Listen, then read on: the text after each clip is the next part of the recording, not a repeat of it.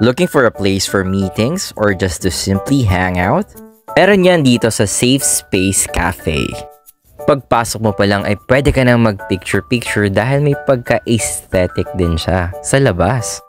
Diba sinulit ko na kahit nakapambahay lang ako? Oops, hindi pala ako nag-iisa sa nagsulit. Meron pa.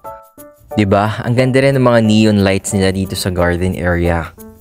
Makikita nyo pala ang lugar nito sa 4th North Sikap Street, corner San Rafael Street, Plainview, Mandaluyong City.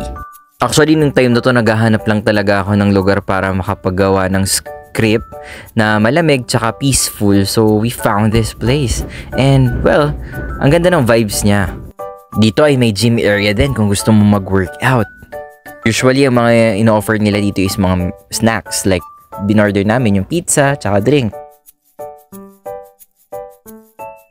Malamig din dito at pwede kayo makipag-usap ng masinsinan or manood or even study kasi meron silang study area dito. There you have it guys. Thank you for watching at ingat kayo palagi.